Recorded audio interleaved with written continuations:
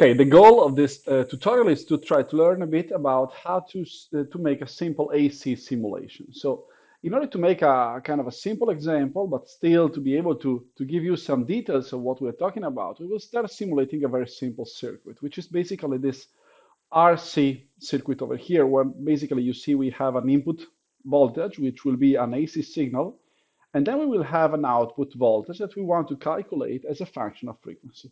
Of course, the circuit is grounded in order to make sure that all the potentials represented have a reference. And in red here, I am indicating the values of the impedance of the two components, the resistor and the capacitors, already in the frequency domain. Obviously, you can start calculating the relatively simple transfer function for the circuit, which is going to be calculated based on this ratio, which is basically a voltage divider, if you think about it in that way, which gives you the transfer function, which has basically a zero and a pole. This should be knowledge that you already have, and it's indicating that basically, if you think about the Bode diagram of this very simple circuit, it can be represented as is shown over here, where basically the gain, which is the ratio between V out and V in, is basically increasing by 20 dB per decade, all the way up to the cutoff frequency. And then at that point, of course, the gain is stable at 0 dB, because basically you can see that in this expression over here, once the frequency is very high, basically this term dominates at the denominator, and therefore the gain is going to be 1, so 0 dB. Obviously, this is the approximated linearized gain and Bode diagram for the amplitude. In the same way, we can calculate the Bode diagram of the phase, and here the situation is quite similar. So basically, when the frequency is very low, the phase is around 90 degrees. And then, of course, in this approximated version, we see that the phase starts dropping significantly. It reaches approximately 45 degrees when we hit the frequency omega L, which is basically the cutoff frequency of our filter.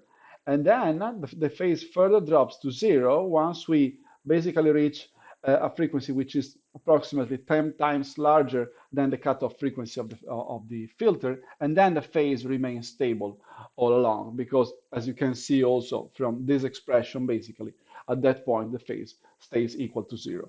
So obviously what I am just plotting here is some pen and paper representation of our Bode diagrams. We would like to have a much more accurate description by calculating the Bode diagram of our circuit, starting from the frequency analysis of the simple circuit I am drawing over here. To do so, of course, we will use LTspice once again, and we will learn how to use the AC simulation tools offered by this software. Okay, so we are ready now to draw our circuit. And to do so, of course, we start by adding the various components. We have just 3 of them, of course. And if you remember, by clicking on this component button, we can basically decide to add a voltage generator, as you can see over here. So let me double click here. And you remember I can place here a voltage generator, and then I will hit the escape key because I don't want to place another.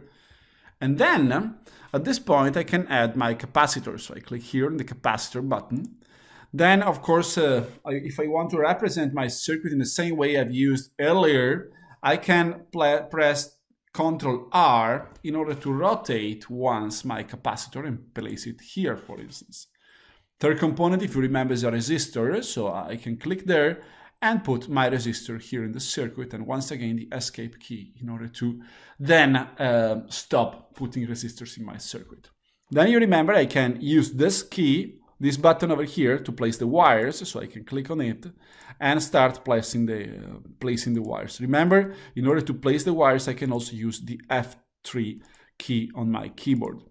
And now, of course, I am putting all the electrical connections. Remember, the circuit is not ready because we need to provide that ground reference potential to it. So I will add my ground reference over here. And of course, I need to wire it and to connect it electrically to the circuit. So the circuit now has all the elements it needs. But obviously the simulator still doesn't know what are the values of the capacitance of the capacitors and of the resistance of the resistor. So in order to add this information to the circuit, I can right click here on the component and for instance decide to add here value of the capacitance, which can be for instance 100 nanofarad. Then of course I can do the same with the resistor, and here I can right click and put a value for this resistance, which can be for instance 100 ohm.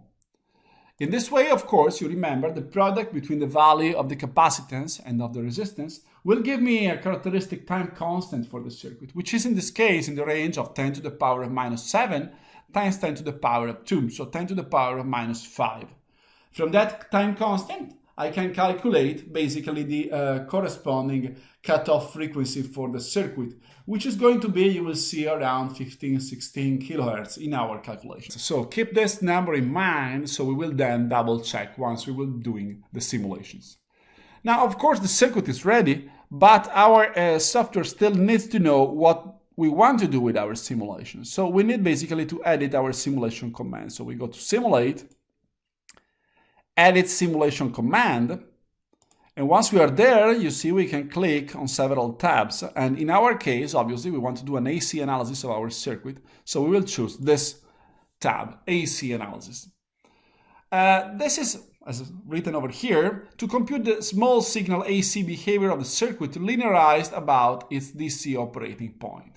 In this case, obviously, we are just looking at the AC component, but in principle, this obviously is a more accurate description of what we are going to consider.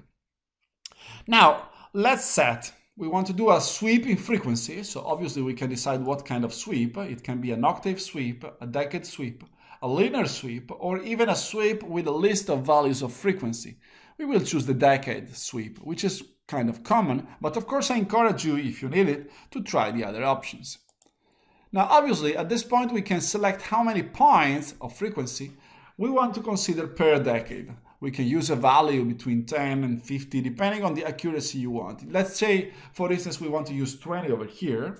And then, of course, I remember, I told you that the characteristic frequency of our circuit is going to be around 15 to 16 kilohertz. So in the end, we can decide to go, for instance, from 10 hertz all the way to 100 megahertz. Remember, if you want to describe a megahertz, you need to use the expression meg, because otherwise a simple m would be referring to milli, so a completely different range of values.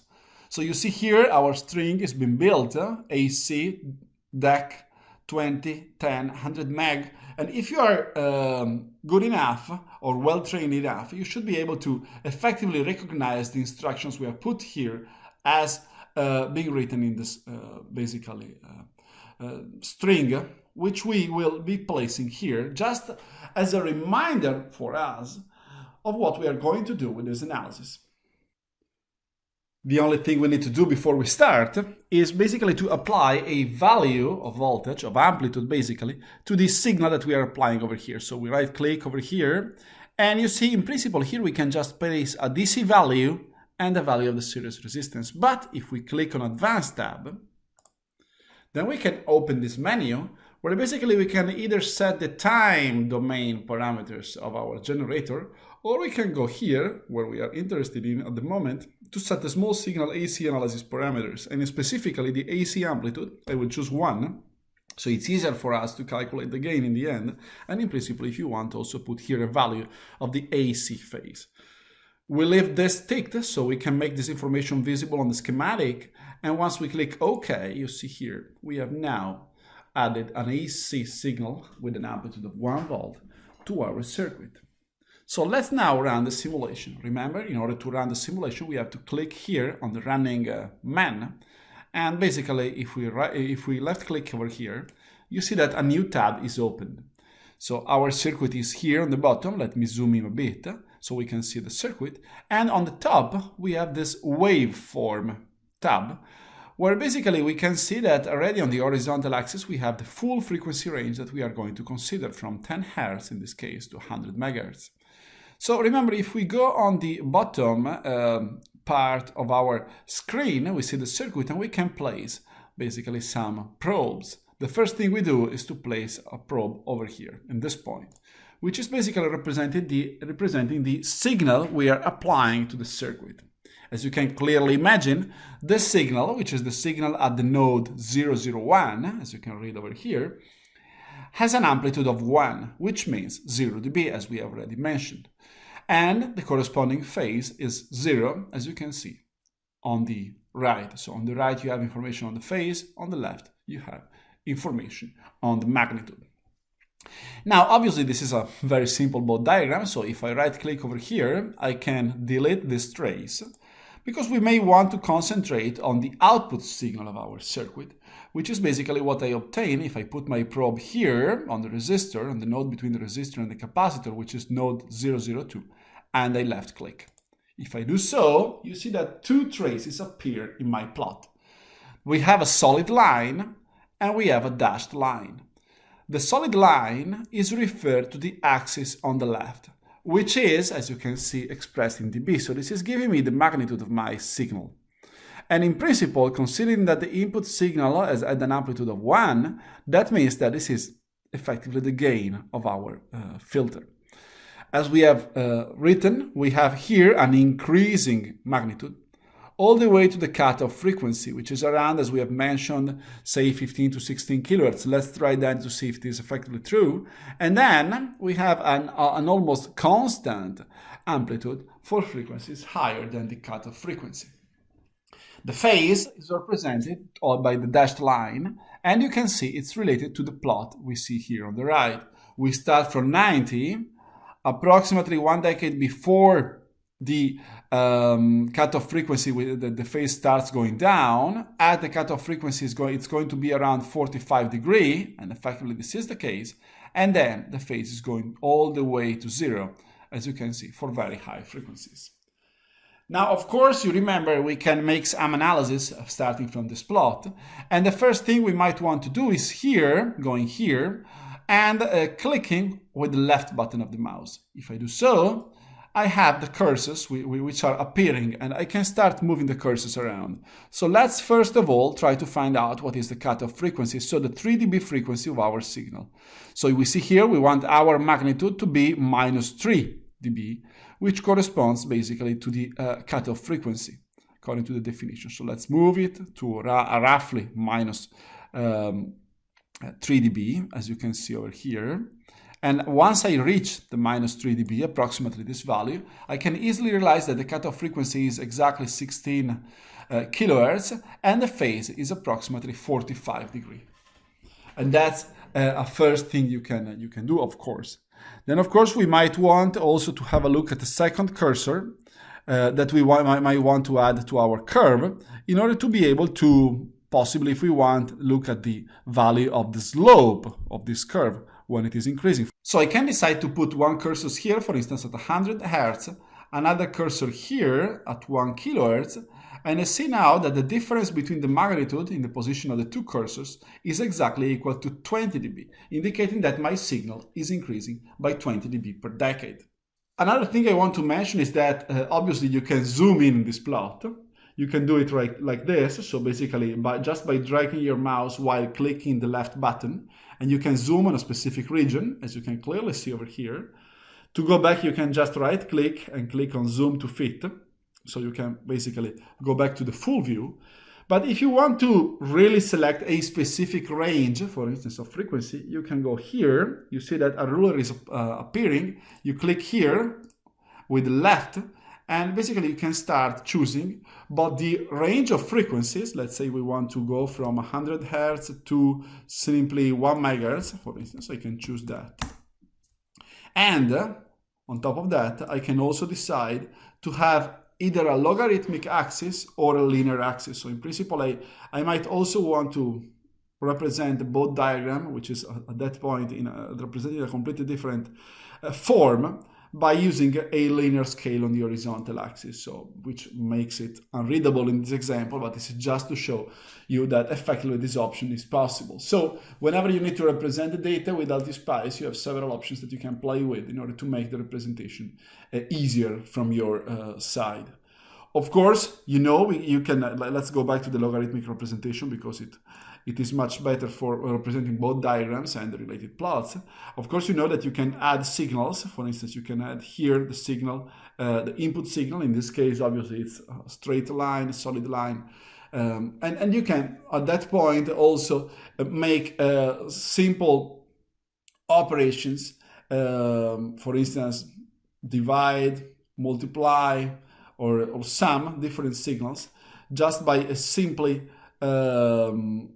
entering an algebraic expression to plot. For instance, I could decide to plot the voltage at node 002 divided by the voltage at the node 001. In this case, it's completely useless in the sense that the voltage at node 001 is 1, but in principle, if I had to calculate the gain, would be, and to plot the related both diagram, this would be the way to go. So I strongly encourage the students to play around with the various parameters here in order to try to see how it is possible to plot simple both diagrams and to make even complex, relatively complex AC simulations of circuits by using LTspice.